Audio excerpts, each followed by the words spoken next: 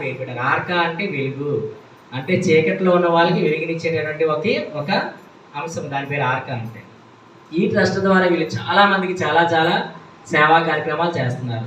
ఎవరికైనా బాగోకపోతే ఒక 5,000 రూపాయలు మెడిసిన్, మనం పెళ్ళిళ్ళకి వెళ్తే బోల్డ్ డబ్బులు ఇస్తాం, గిఫ్ట్లు ఇస్తాం. మా కల్చర్లో మేము పెళ్ళిళ్ళకి వెళ్తే నేను ఏమీ ఇవ్వను. ఎవరైనా హాస్పిటల్లో ఉంటే వీళ్ళు ఒక కవర్లో సైలెంట్ ఒక 500 రూపాయలు మనకి ఎంత వీలైతే అంత ఇస్తే మెడిసిన్కి ఉపయోగపడుతుంది. మనం ఒక్క రోజు మెడిసిన్కి ఉపయోగపడినా సరే మన సహాయం సరిపోతుంది అనమాట.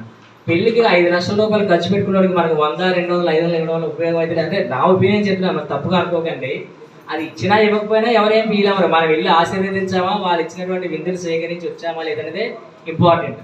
కానీ కష్టంలో ఎవరైతే ఉన్నారో వాళ్ళకి మనం సహాయం చేస్తే అది వాళ్ళకి 100% కూడా ఉపయోగపడుతుంది. కాబట్టి ఆ దిశగా ఈ పిల్లలందరూ కూడా ఒక టీంని దయాళనగర్లో ఏర్పాటు చేసినటువంటి టీం ఈరోజు విశాఖపట్నం జిల్లాలో చాలా చోట్ల, పెందుర్తి, గాజువాక, అలాగే దేశపత్రిపాలెం, ఈరోజు భోగాపురం, మన ఊళ్ళో కూడా ఈ యొక్క సేవా కార్యక్రమాన్ని స్టార్ట్ చేశారు.